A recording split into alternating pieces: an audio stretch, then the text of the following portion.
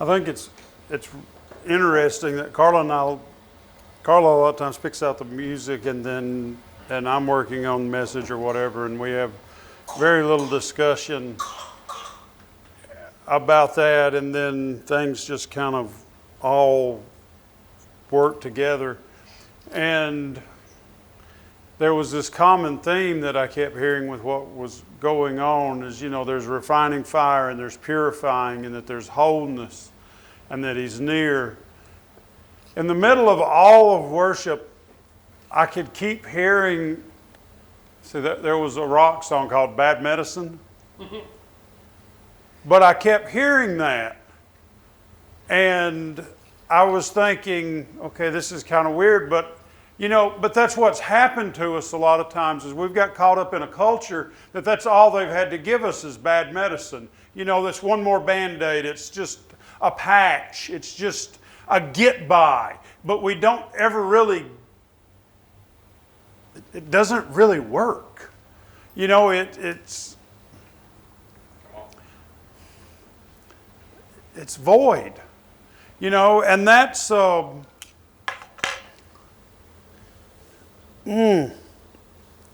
see that so much. I mean, I lived it. I've walked it. I know it. And it's trying to help. I don't know how to communicate this.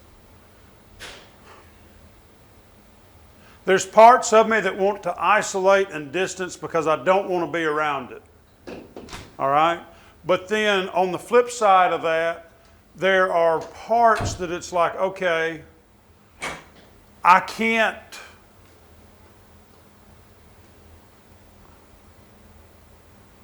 I'm not called to be distant from a situation. I'm supposed to be present. I'm supposed to bring light, and I'm supposed to bring peace, hope, joy, and love. I'm supposed to bring a renewed mindset. These old mindsets and these old mentalities that a lot of times that we find ourselves stuck in, well, I'm just an old sinner saved by grace, well, I'm just, mindsets like that, and if you're not real careful, then you start picking back up on these habits and you start, maybe even subconsciously, you start rolling these things around, and it's really, really hard to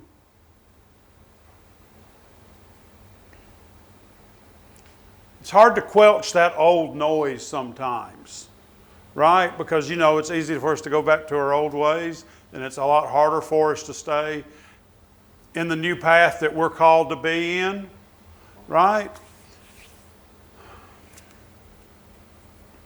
And see, here's the thing about it. When Jesus hits the stage, when He comes to earth, boom, there's a mindset shift, and there's a lot of things that are to be changed and corrected, because guess what? Jesus is standing there telling everybody, you haven't seen the Father.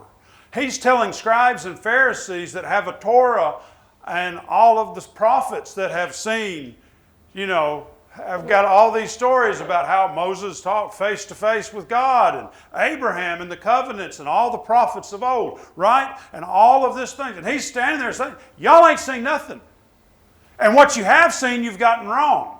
I mean, in Matthew 5, 6 times, He goes, woe to you scribes and Pharisees. Woe. You've heard it said. You've heard it said. 6 times He's addressing them with, hang on. You've heard, this ain't how it's supposed to be. You've heard it said, an eye for an eye. All right? Well, okay, that's cool, but do you understand what that actually meant? That's not optional. That meant if somebody poked out your eye, if somebody intentionally damaged your sight, then you were required by law to damage theirs. Equal. And if you didn't, you were in violation of the law. The lex talionis of the law.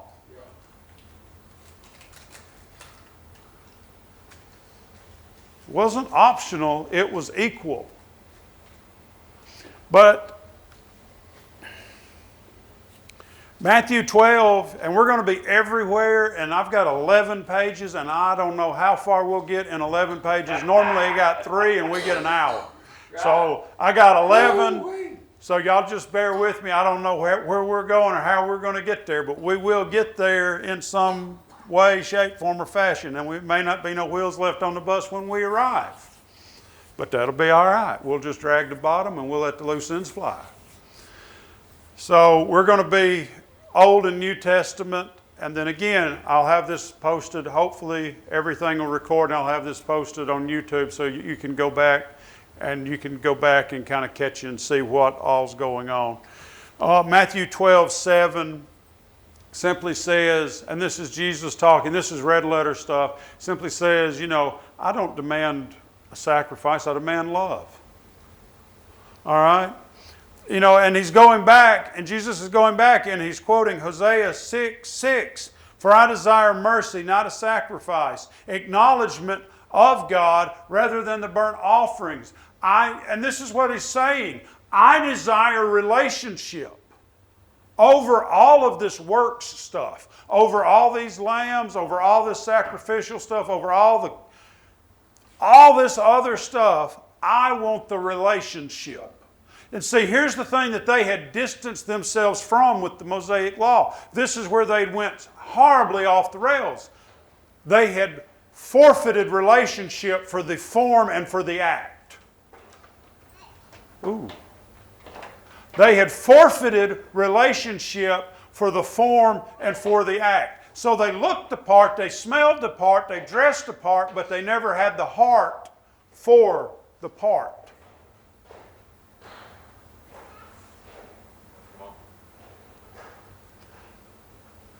Come on with it. Here's the thing about it. I could get a job promised to me and making $100,000 a week for the next 5 years. All I have to do is show up for 80 hours a week.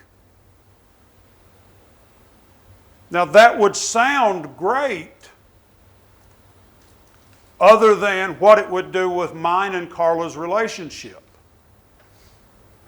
While the money on the front end would be amazing and it would do what? It would change a life, right? But what would that do to the relationship? It would destroy the relationship because guess what? There's no time devoted to each other, right? But see, that's where they had landed with the law. They got so caught up in the works and in this mentality. It was void of the relationship. So when everything got to going real good, it was like, well, we can go over here and worship this God. We can go over here and worship this, or we can go this way, or we can go that way. And then all of a sudden they get caught in a vice because they forgot where their heart is. And we get this rinse and repeat. And last week we're dealing with the blind men, right? The blind men roll right up into the house where Jesus is at. They're not even invited in. But these two blind men are following Jesus. But I'm glad there was two of them. Because you know what? If one can put 1,000 to flight, two can do what? Put 10,000, right? If one falls down, they can help another. And see, this is that thing. They saw what the whole religious system missed. You've got scribes and Pharisees that are seeing miracles. They're seeing lepers healed. They're seeing the blind get healed. They're seeing demons cast out. They're seeing all of this stuff. They take it. Not only do they turn their blind eye to it, they attribute all of these good works to the devil. Well, wait a minute. How does that work? Because this sounds a lot like some of the stuff we hear today. Well, God can't work like that. Well, it don't do that anymore. Really? Really? You're gonna take God's glory and you're going to place it over here on the evil side. Because that's what you're doing. You're going to discredit and discard it rather than put honor where it's due. And see, this is a mindset. When Jesus comes on the earth, when He splits everything wide open, when He shows up, first miracle, water to wine. right? The most useless thing of all, we're going to turn water to wine.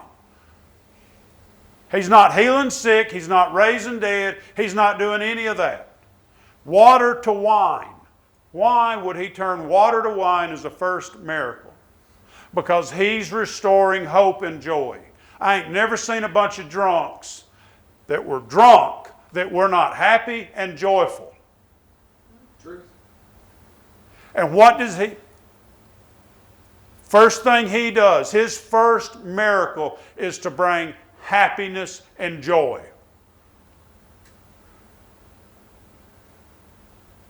But what did Jesus say? I've come to seek and to save that is which is lost. Right? Yep. Right? But see, here's the thing about it. We've got sacred things, we've got secular things. Period. No, we're called to be both. And I want to show you how, hopefully tonight, that Jesus walked this out. Not only did he walk it out, but he commissioned the 12 and sent them out in pairs that they would walk this out. So we're going to start in Leviticus, because you've got to know the backstory and you've got to understand their thinking, because we don't have this, we don't operate under this system. Leviticus 13:45, and this is talking about lepers, okay? Now, in 45, the leper whom the sore is on, his clothes shall be torn, his head shall be bare, he shall cover his mustache, he shall cry, unclean. He shall be unclean all the days he has the sores, he shall be unclean. And he is unclean, and he shall dwell alone, and his dwelling shall be outside the camp. All right? Pretty cut and dry. So as long as you're sick, you're where? Good. Outside the camp. Bad. Been drinking? Yeah, you know what I'm saying. You. I'm getting that backwards. Sorry. I'm gonna be in that camp again. Isolation and separation. Numbers 5 and 1. The Lord said to Moses, command the Israelites to send away from the camp anyone who has defiling skin disease.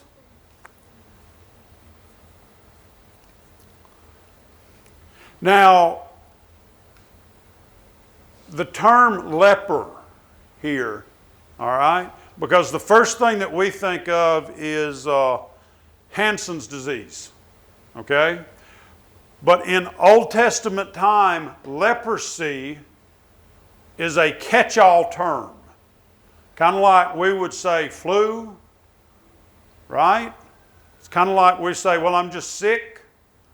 Well, it's anything that has to do with a skin condition that's an ailment that is seen or possibly seen. It's considered leprosy. All right?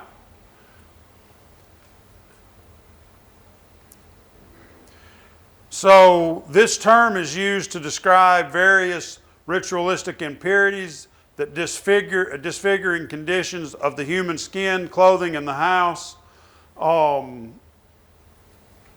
Generally involves patches of skin that are white, usually containing different colored hair, clothing, and the house are also considered unclean.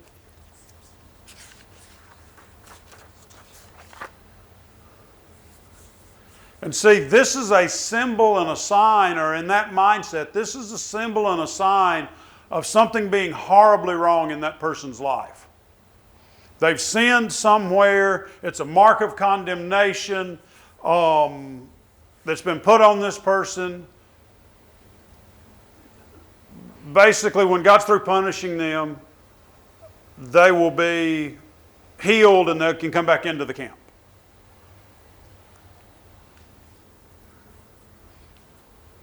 And this is reinforced, You know, in Numbers 12, 1, when Miriam and Aaron opposed Moses.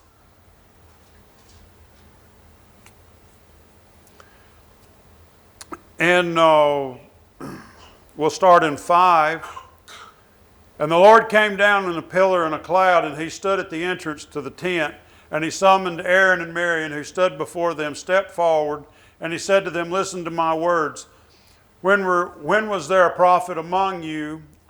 I, the Lord, revealed myself to them in visions. I speak to them in dreams. But this is not true of my servant Moses. He's faithful in all my house. And with him I speak face to face, clearly, not in riddles. He sees the form of God. Why then are you not afraid to speak against my servant Moses?" And the anger of the Lord burned against them, and he left them. And when the cloud lifted from them, Miriam's skin turned as leprous, and as white as snow. All right? And then we've got 2 Chronicles 2, 26, 16. We're dealing with Uzziah the king. He become powerful. His pride led in a downfall. And he become unfaithful to the Lord his God. And he entered the temple of the Lord, burning incense on the altar of incense. And Uzziah the priest and 8 other courageous priests of the Lord followed him in. They confronted the king Uzziah and said, "It's not right for you, Uzziah, to burn incense to the Lord. For that's the priests, the descendants of Aaron, who have been consecrated to burn incense. Leave the sanctuary, for you've been unfaithful. You will not be honored by the Lord God." And Uzziah the king, who had the censer in his hand, ready to burn the incense, became very angry. And while he's raging at the priests in their presence before the altar of the Lord, leprosy broke out on his forehead. And probably the most famous one of them all that we can remember is in 2 Kings 5:26 with Elisha, when Naaman comes in to get healed with leprosy.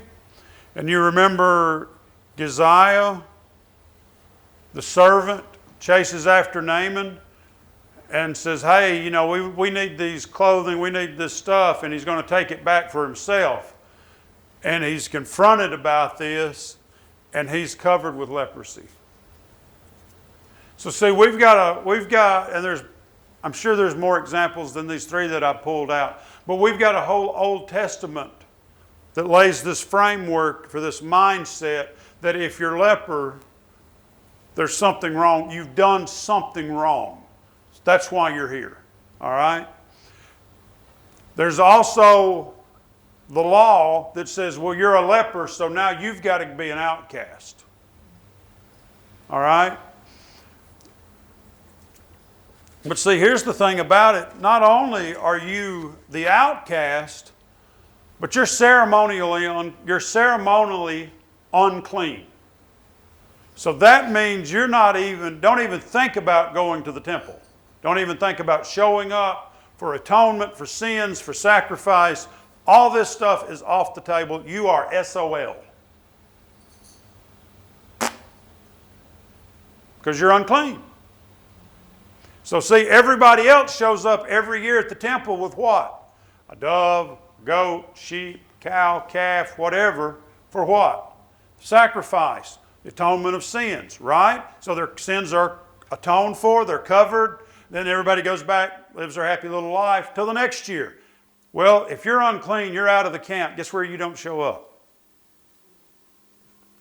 So see how all this just kind of weaves this? I mean, like, you're out.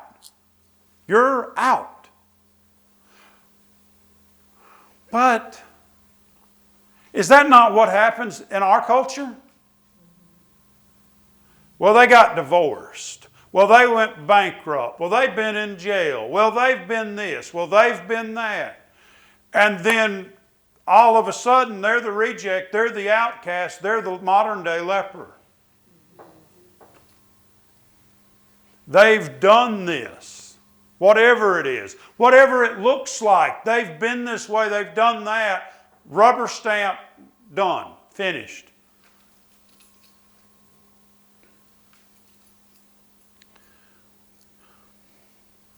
You see, and here's the other thing about it, and this is still prevalent today.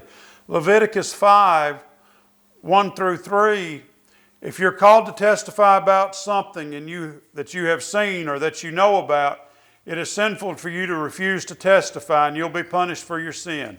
Or suppose you unknowingly touch something that is ceremonially unclean, such as the carcass of an unclean animal. When you realize what you've done, you must admit your defilement and your guilt. If you've touched anything that is ceremonially unclean, you are defiled. So if the leper has touched me or I have touched something then I'm defiled until I do the sacrifice and all the other stuff. Well, wait a minute. Don't that sound like today too? Well, if I hang out with that person, then I might get it. Well, if I'm around those people, and then, we say that, what is it? Bad company corrupts good character. Well, that might be true if you don't have Jesus. But I think you can be walking with Jesus and have such a presence of Jesus on it that bad character and bad company, it starts to shift. Because guess what? It's either going to leave or it's going to want to know what the truth is. Because my Bible says that darkness has to flee when what? Light.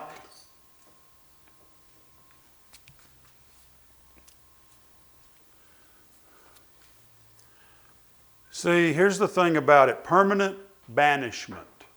And I keep thinking about like people that get excommunicated and stuff like that, and they just get shut down and cut off from family. Nothing because they were this way or they're that way. They've committed the unpardonable sin. They've turned their back on this and walked away. And well, off to hell they go. But this is Mosaic law here. Right? Permanent banishment, the ultimate punishment, was already in effect. They were forced to live alone outside the camp. A leper who refused to identify themselves or to adhere to the rules would be seen as a threat to the community and to the society. Excommunication, it was intentionally defiled. Excommunication, those who intentionally defiled the tabernacle by ignoring the uncleanliness laws could be cut off from Israel, meaning they were permanently expelled from the covenant community.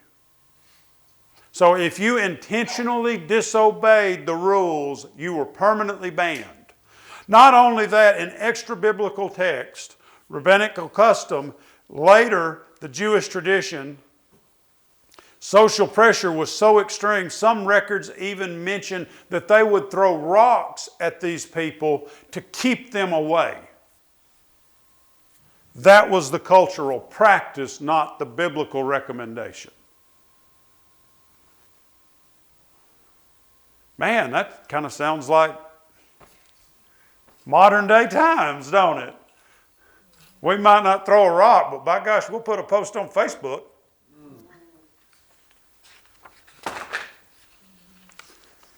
Did you know what so-and-so did? Did you hear? We just got to pray.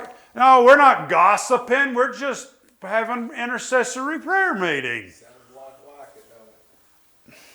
But see, here's the thing about it. Jesus shows up on the scene, comes in, and we're in Matthew 5, 6 times. 6 times. Woe to you, scribes and Pharisees. Woe to you, scribes and Pharisees. Woe to you, scribes and Pharisees. Woe, woe, woe, woe, woe. You've heard it said, you've heard it said, you've heard it said by prophets of old.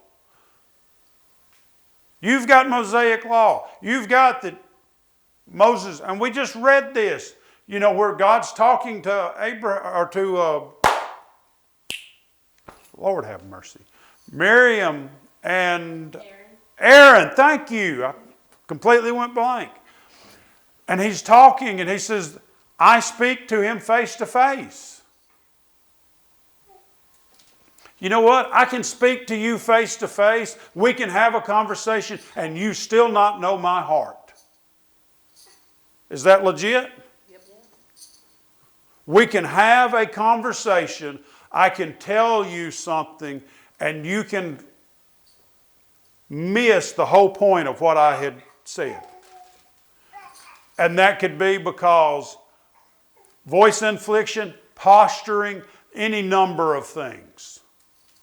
You know, how many times have we said something to somebody and they get offended and we didn't mean anything by it at all? We didn't. But inflection said otherwise. How they read our body language. Or sometimes it's right the opposite. Our body language tells the story that we're not ready to speak.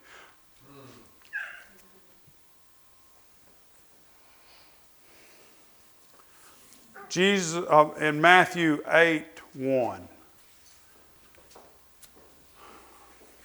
And this is something that, with everything that we've seen, this is really where I want to hone in. And this is where we need to be at tonight. And this is something that we have to be. This is a two-way street, okay? This is two ways. Because everybody's going to come down off of a mountain at some point and need a healing, all right? But then there's also people that have been whole, been made whole, been set free, been delivered, and you've got to be willing to deal with some people. Okay? It's a two-way street. And when Jesus came down from the mountainside, a large crowd followed him, and a man with leprosy came and knelt before him and said, "Lord, if you're willing, you can make me clean. Lord, if you're willing, you can make me clean." So this leper comes into the disobeying everything, shows up at the feet of Jesus. If you're willing, you can make me clean. All right? And the first thing that is recorded here, Jesus reached his hand out and touched the man. There was not, say a prayer. There was not, let's get you right. There was not, are you sorry? There was something this person may not have had for years. And that was a touch from somebody that was quote unquote normal.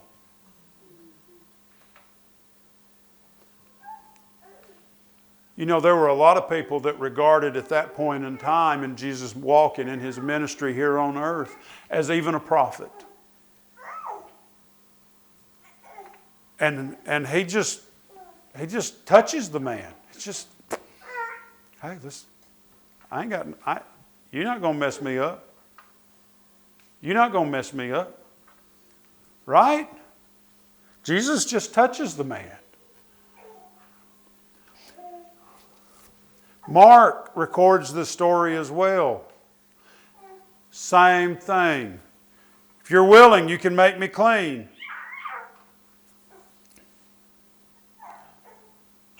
Jesus was indignant. He reached his hand out and touched the man and said, "I'm willing." Luke 5:12, same thing. Jesus reached his hand out, touched the man. So we've got three accounts. Jesus does what? First thing, touches the man.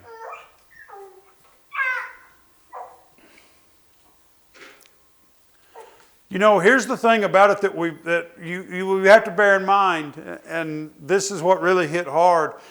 The only time the priest would touch a person that's affected was after they had even been ceremonially cleansed. So they had to be physically cured. Then they had to go through the ritualistic stuff. Then they could be Like there's this whole process. But see, here's the beauty of Jesus. It's a one-step thing. It's, hey, we're just going to take one step. Out of darkness, what? Into marvelous light. I mean, come on, light switch is either what? On or off. You either got light or you don't have light. Sun's either up or it's down. You've either got light, you don't have light. Out of darkness, what? Into marvelous light. And Jesus' glorious one-step program here, boom, we're done. We don't have to go do all this other stuff. And this is before the cross. This is before the cross. He dies, before the sacrifice. Under an inferior covenant, he's going, I got something better for you. Let's pull you out of this. Let's break this mindset. But see, here's something that I'd never picked up on before.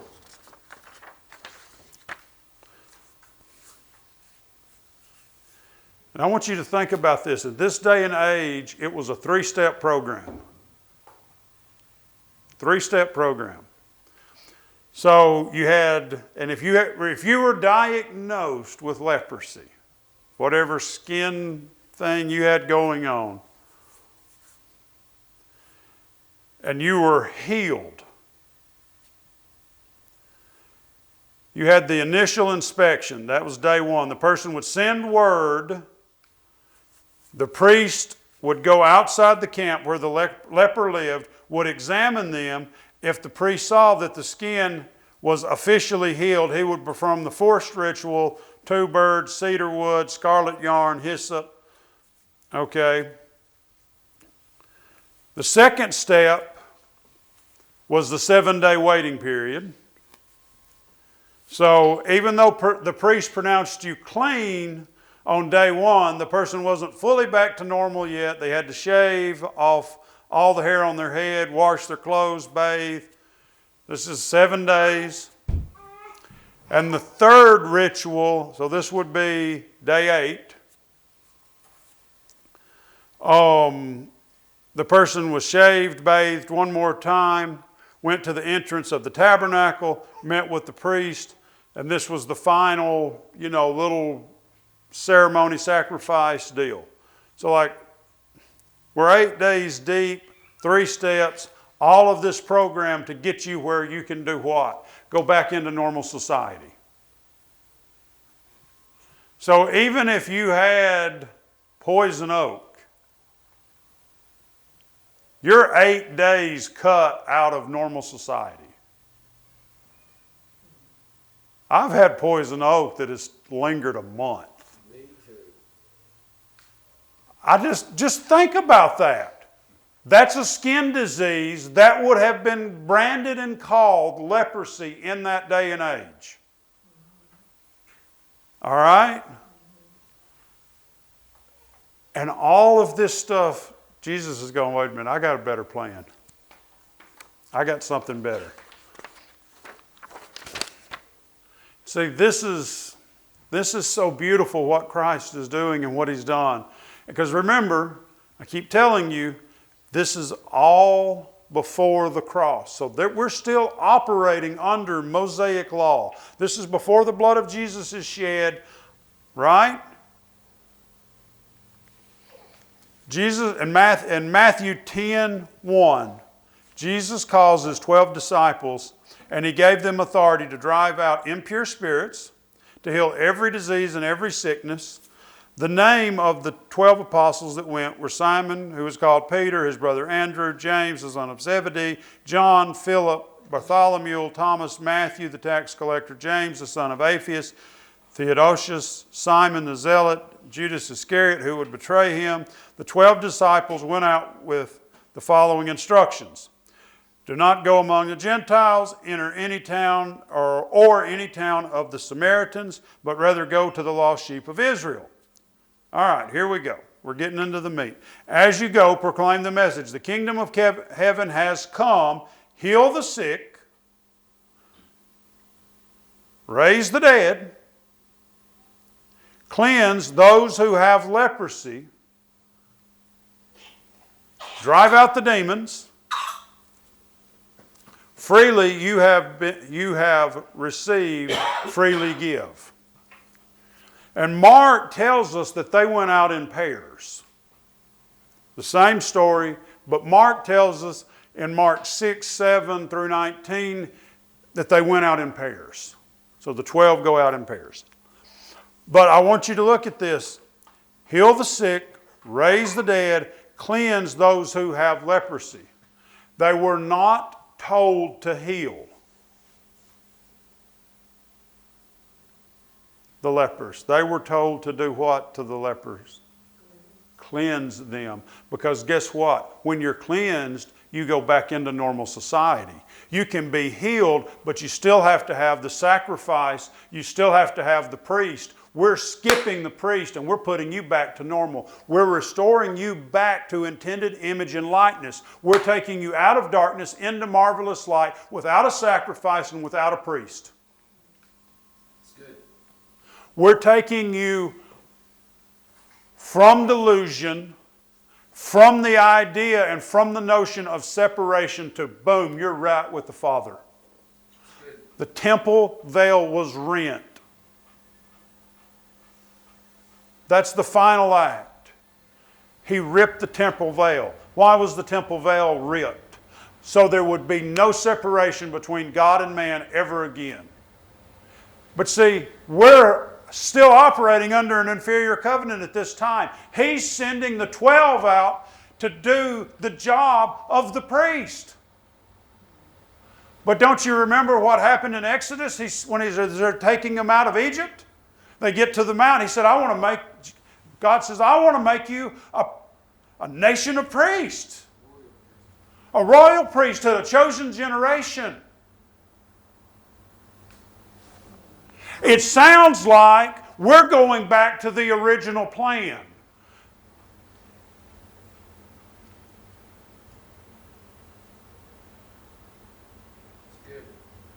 It sounds like what he wanted to do originally, but because people had a poor mindset then, he comes to earth in the form of a man, walks it out, shows people, you can do this, here's how you do it, here's the example. You don't have to have a mediator, you don't have to have Aaron, and you don't have to have Moses because you've got me.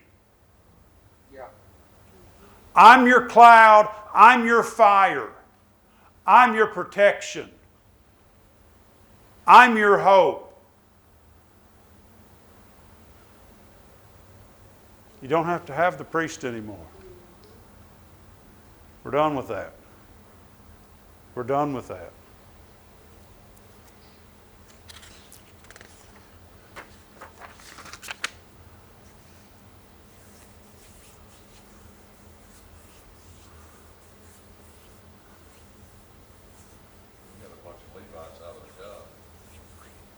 You've got a whole system that just got upheaved and abolished right there. No more temple, no more tax. No more money changers. No more sacrifices. See, you see how Jesus just shows up on this? Now do you see why the scribes and the Pharisees had such a problem with him? Because he's wrecking their little playhouse.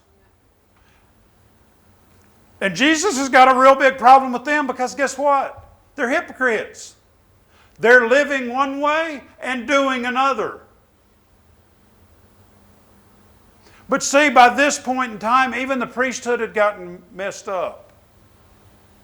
Go back and read 2 Kings. The priest would do really good. 1 Kings. Priests would do really good. They'd get bad, and then they'd get worse. You remember they had all this stuff?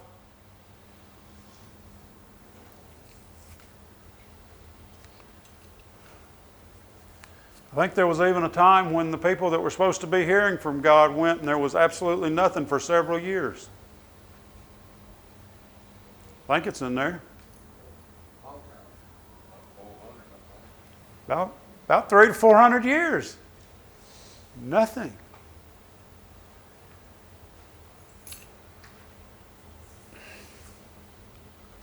Why didn't Jesus just say heal?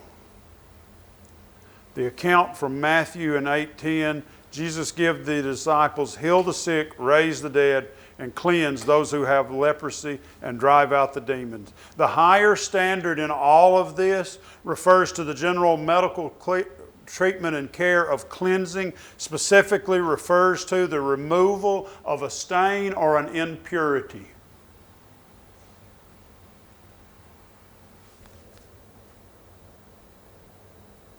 Out of darkness into marvelous light. God's one-step program. The higher standard. By commanding the disciples to cleanse the lepers, Jesus was giving them the authority that traditionally belonged to the religious priesthood, the power to restore a man's health and right standing with God and with society. Common people now have. Not only that, they're common people, it's other sinners. Who was Matthew? Tax collector. Worst of the worst. You remember Matthew? You remember the story of Matthew? Jesus says, hey, come follow me. What does Matthew do? The only disciple that throws Jesus a party. And it got the attention of the scribes and the Pharisees and even John the Baptist's disciples, and they show up going, well, wait a minute, we fast and pray. You know, John's disciples, we're over here fasting and praying, but you're over here drinking and throwing parties with sinners and hanging out with you're hanging out with them. And now Matthew's got what? He's carrying more power and more authority than any of the others. So is John and James. Judas.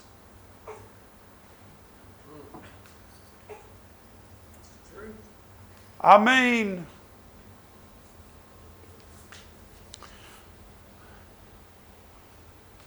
Jesus gives these guys the power to restore a person, to put them back. Because remember, we've got this whole book of Judges, and we say Judges, the first thing we think of is a courtroom context. We want to be in a courtroom. That's where it wants to place us. God's got a judgment, judgment, judgment. Boom, gavel, black robe. No. Hebraic mindset, judgment was somebody that's going to come in the scene and deliver the broken, restore hope, bring peace. The whole book of Judges is not about rendering a judgment. The whole book of Judges, we're seeing restoration. We're seeing God's love. How He's pouring out these things and how He's doing these things to what? Bring people hope.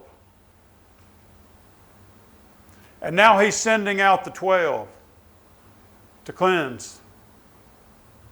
He's sending out the 12 to bring judgment. To be judges. Just like in the Old Testament. To go out, to give hope, to restore, to put people back into right standing and right relationship.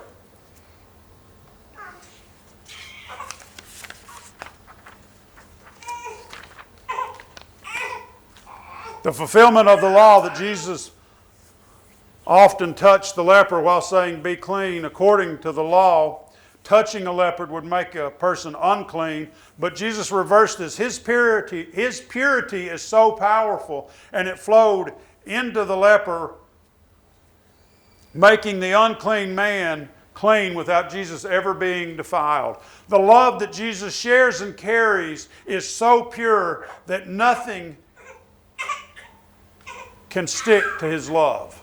Nothing can defile it. A love so great that nothing can slow it down, nothing can make it grow dark, nothing can make His love grow cold, and nothing can turn away His love. A love so deep that nothing can taint or destroy it.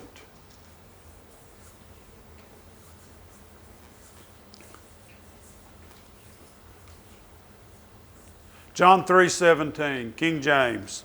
God sent His Son not into the world but to condemn the world, but that the world through Him might be saved. That's King James Version. New International says, God didn't send His Son into the world to condemn it. The New Living says, God sent His Son into the world not to judge the world, but to save the world through Him. There's no condemnation. There's no condemnation. There's no condemnation.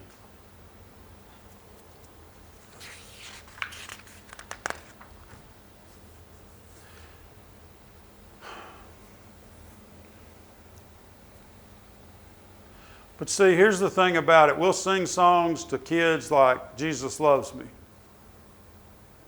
Right? You remember that song?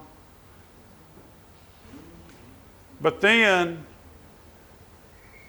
we're going to hold on to, well, you got to get right with God.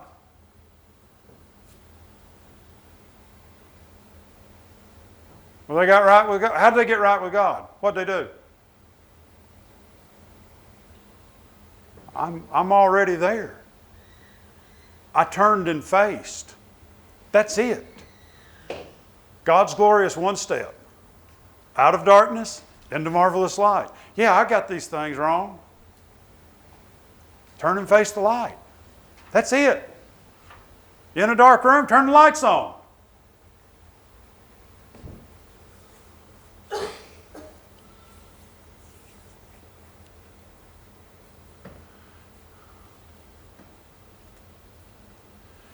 Here's the thing about it, and this is,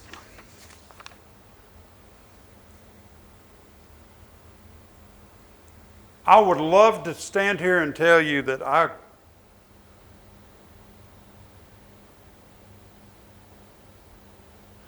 would be different, but I know I wouldn't be. These disciples walked with Jesus for approximately 3 years or so. All right? So we're getting to the upper room at this point. Last Supper, Passover, everything's going on. The disciples are anxious because they don't really know what's going on, but they kind of know what's going on.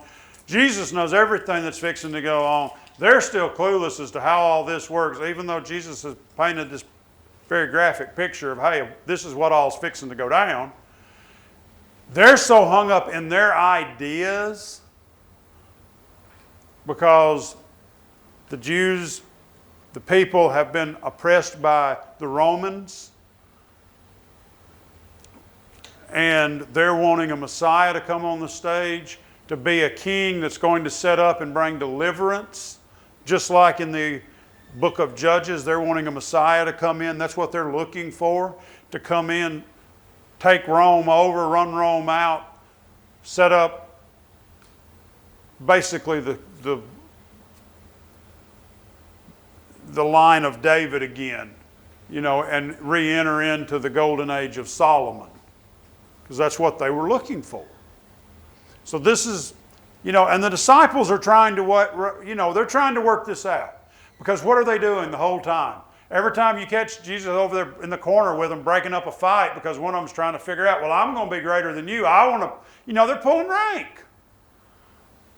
They've even brought their parents in on this. Remember that one? Mama shows up and says, hey, how do my sons get to be? So you see how all this is playing in? And at the Last Supper, Jesus is trying to comfort the disciples. He's trying to give them hope. He's trying to encourage them. John 14:1. Do not let your hearts be troubled, right? That's where he starts at. In my Father's house there are many rooms. Okay, we've got that. In 6, Jesus says, I'm the way, the truth, and the light. No one comes to the Father except through me. In 7, he says, if you really know me, you will know my Father as well. What's he saying here? My Father and I are one. If you know me, you know the Father. If you know the Father, you know me. This is the disconnect that the scribes and the Pharisees had. This is the disconnect that everybody was having a problem with, because they couldn't even say the name Yahweh without judgment. And he's coming on the scene saying, that's my dad. That's Abba. That's Papa. That's Daddy. That's my Father. Again, there's a lot of reasons why the scribes and the Pharisees are looking for reasons to get him out. They're looking for reasons. And then Jesus is making these statements that I am and he is. We're one. If you know me, you've known him. And I want you to see right here in verse 8 what Philip said. Lord, show us the Father, and that'll be enough for us. Here's the thing about it, guys. And everybody has done, I just need one more miracle. I just need, if you'll just do this. If you'll just do this, I'll believe. If you'll just do this. Please just do this. Okay, I'm the only one.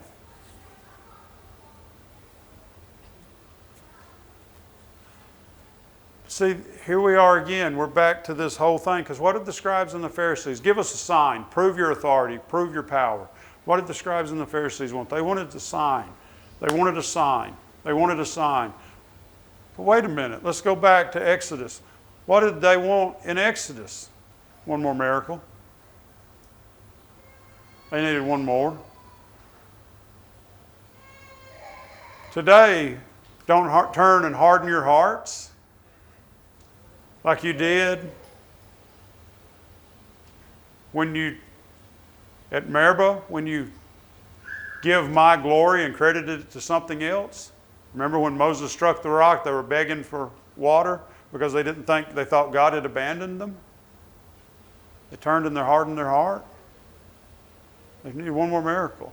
See, we've got this track record of just needing one more sign. Just give me one more sign.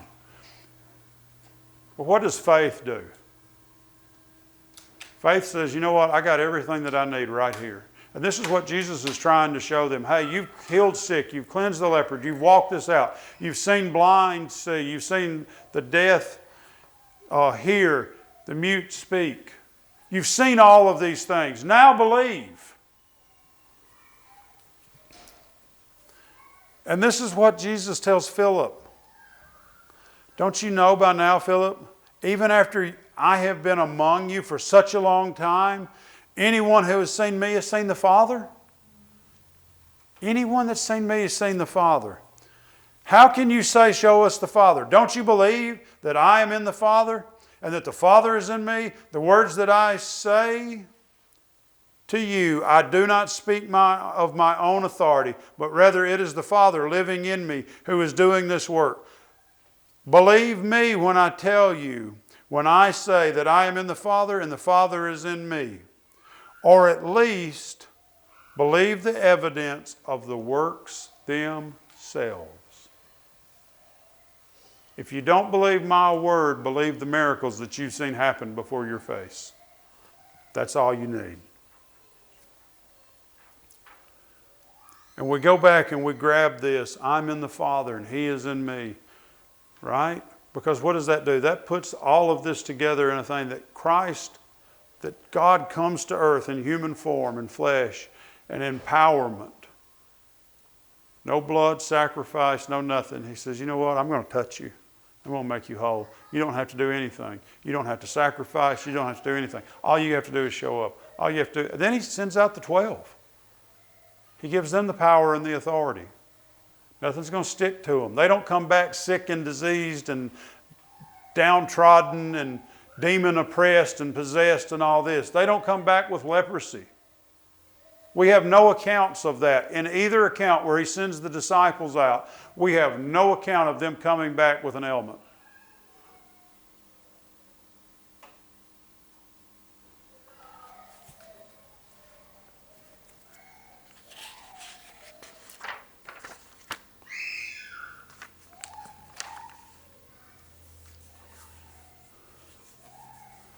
Here's the thing about it. John 3:16, right? For God so loved the world that He sent His Son into the world, not to condemn the world, but those would believe would have everlasting life. You know, God so loved the world that He sent His Son. You know, yeah, we can quote that. But do we really understand the whole validity of what He was doing when He sent His Son? Because I think that's what it says, that Christ, that that God was in Jesus reconciling the world to himself. That he's going, hey, I got a better plan. Yeah, it don't look right. Yeah, everything looks funny. Nothing looks right. You don't have to understand why this is going on. But I've got some hope. I've got joy. I've got goodness. And see, this passes all understanding. You know what? Because when it's raining, when it's pouring down and raining, when all hell assails us, when everything goes to pot, you can't take my joy. You can't take my hope. You can't take my peace. Because guess what? My feelings are not tied to my emotions. It's tied to what? The mind and the emotions of Christ. I never saw Jesus get up and have a bad day. I never saw Jesus go, man, I got to get away from these guys. They're about to wear me out. I don't know if I can pray for them anymore. God help me. There's not near one time in the New Testament that I have found that Jesus goes, I can't do this anymore, God. I just can't do this anymore. I got to get away from these guys. My gosh, John, get off of me. I mean, we don't. Old things have passed away. Behold, everything becomes new. We have been redeemed, but more importantly, we have been regened. We have the very same power that raised Christ Jesus from the dead is coursing through our body. We have been regened. We no longer have our genes. We no longer have our DNA. We have Christ's DNA flowing through us. There's absolutely nothing lacking. There's nothing missing. We are whole and complete. We're right now as righteous as Christ Jesus. When God looks at us, there is no separation. He sees us absolutely no different than He sees Jesus. When He looks at us, He sees beloved. When He looks at us, He sees son. When He looks at us, He sees daughter. He sees perfect perfection. Even though we know what we've done and we know what we've been through, that's not Christ, that's not Holy Spirit bringing up our past. That's not Him going, hey, you got to go outside the camp, you got to get these things right. That is not. That's the accuser and that's the devil and that's the lie. And that's what gets us all tripped up and keeps us circling around the mountains and us going, wait a minute, wait a minute, wait a minute. And then we get in this rinse and repeat cycle and we want to start killing goats and calves again. And we want to go back to this system because we think if we work a little bit harder, that maybe it's going to get a little easier. And if we do one more prayer, one more song, or one more dance. He's going, chill out. You're wearing me out. And even in Amos, he says, I abhor your sacrifices and your festivals. You remember where we started at? He said, I don't want you to wear yourselves out over this. I want relationship. I want to love you. I want to love you. I want you to lean your head on my chest. I want to lean on your chest. The Last Supper, if you looked at how the seating arrangement would have been, John's leaning on Jesus, but Jesus is leaning on Judas. John's head is laying on the breast of Jesus, and Jesus would have been laying on Judas. And this would have meant that Jesus was sharing His cup with Judas right up till the end. How great is our love?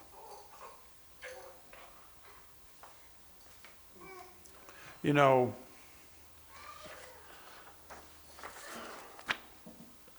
the thing about it is, we can either show mercy, we can show hope, or we can do what everybody else always done and we can run them out of the camp. Christ has set us a better example and He showed us how to walk this out. But better yet, He's not only showed us how to walk this out, but He's given us the power to do extraordinary things. He's given us the power to set people back right. How awesome is that? That we have the power and we have the authority to come alongside somebody that's sick, someone that's hurting, someone that's broken, someone that's been rejected by everybody. Lock arms with them and go, you know what? Yeah, that was yesterday, but let me show you what today is. Let me show you how to walk this out. Let me show you. Father, thank you for what you're doing and what you've done. Father, as we move forward and we move into the greater things that you have promised, Lord, thank you for not one time giving up on us, for not losing hope and for not abandoning us, even when we don't understand. Father, thank you that under an inferior covenant we were made right, and now we have something far greater, and that's your blood coursing through our veins that's giving us power to do unimaginable things. Father, that we are the light of the world and that we burn because you burn. And that when people see us, they see you. Father, thank you for all that you're doing and all that you've done. Amen.